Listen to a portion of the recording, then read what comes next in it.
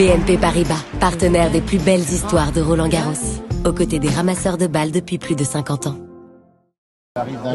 Je crois que tout le monde est surpris par ce qu'elle fait depuis le début de ce tournoi. Quand on voit son classement et de là où elle vient, en plus elle a eu des gros problèmes physiques, une opération importante au niveau du genou, la voir à ce niveau-là, avec son apparente inexpérience de ces grands rendez-vous sur un court comme le Châtrier, et de voir comment elle arrive au fil des matchs à élever son niveau de jeu et à résoudre des problèmes qui peuvent paraître sur le papier presque insolubles, il faut lui tirer un grand coup de chapeau. Donc elle nous régale, elle nous donne de très belles émotions, je crois qu'elle s'en fait elle aussi par ailleurs, et donc j'espère que la fête va continuer, mais ce qu'elle accomplit déjà aujourd'hui pour arriver en quart de finale, c'est déjà exceptionnel. Vous inquiétez, Guy, du niveau du tennis féminin français, on est sauvé ailleurs?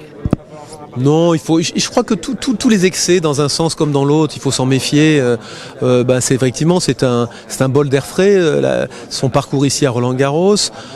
Pour autant, il y a un travail à continuer à faire dans les clubs, dans les ligues, pour détecter des jeunes joueuses et les encourager à progresser. On a d'autres joueuses en France qui n'ont pas bien joué ici à Roland-Garros cette année, mais qui peut-être à Wimbledon ou dans 6 mois feront le même parcours que Loïs ici à Roland-Garros. Donc voilà, bâtissons sur ce que l'on a aujourd'hui et ne soyons pas trop critiques sur celles qui sont un peu dans le dur en ce moment.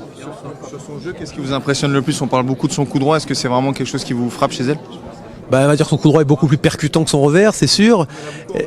Son revers, oui, absolument. Elle a beaucoup. Et là où elle est très maligne et très forte, c'est qu'elle arrive justement à organiser son jeu autour d'un coup qui est un petit peu plus vulnérable, que les joueuses essayent d'exploiter au maximum. Donc elle joue des balles hautes, elle joue des balles très basses aussi, pour tout un coup casser le rythme et prendre un coup droit.